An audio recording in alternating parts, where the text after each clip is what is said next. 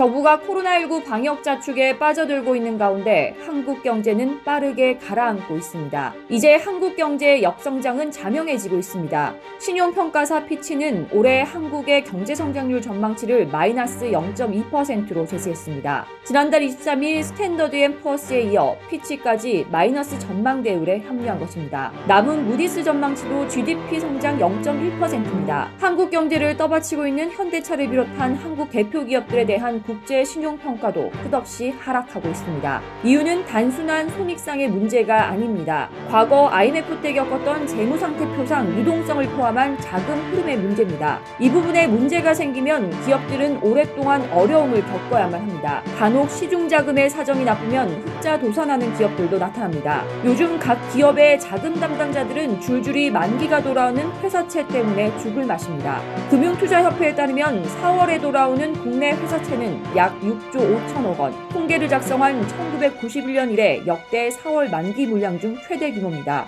배상근 전국경제인연합회 전무는 정부가 필요한 기업에 돈이 돌도록 정교하고 신속한 금융정책을 펴지 않는다면 마스크 수급 대란처럼 회사채 대란이 생길 수 있다고 말했습니다. 자금난을 겪는 기업들은 일단 급한 불을 끄기 위해 산은을 상대로 자금 지원을 요청하고 있습니다. 산은은 IMF 외환위기나 글로벌 금융위기 등 위기 때마다 일시적으로 부실에 빠진 기업들에 대한 재활병동 역할을 해왔습니다. 그러나 이제는 이마저도 제대로 작동이 안 되고 있습니다. 1조 원의 긴급 수혈을 받은 두산중공업처럼 덩치 큰 새로운 환자까지 속출하고 있기 때문입니다. 금융계에서는 부실 기업 치료하다가 산은까지 부실해지는 것 아니냐는 우려가 나오고 있습니다. 또 쌍용차의 대주주 마힌드라가 2,300억 원 자금 지원 약속을 철회하면서 산은의 구조조정 제1원칙인 대주주 희생도 깨질 위험에 처했습니다.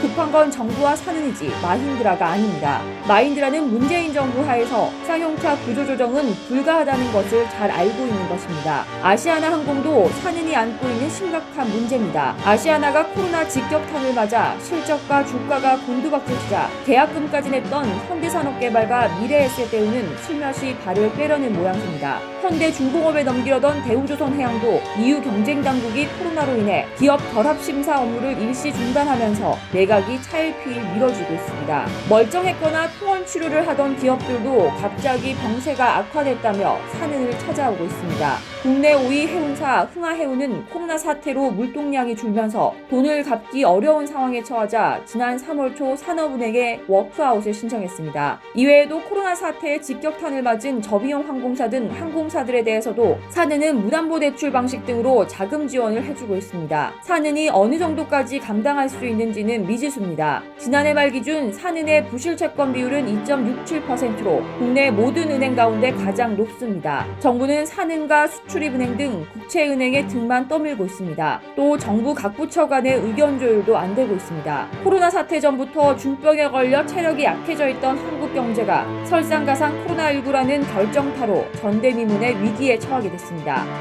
이상 광화문 비송신이었습니다.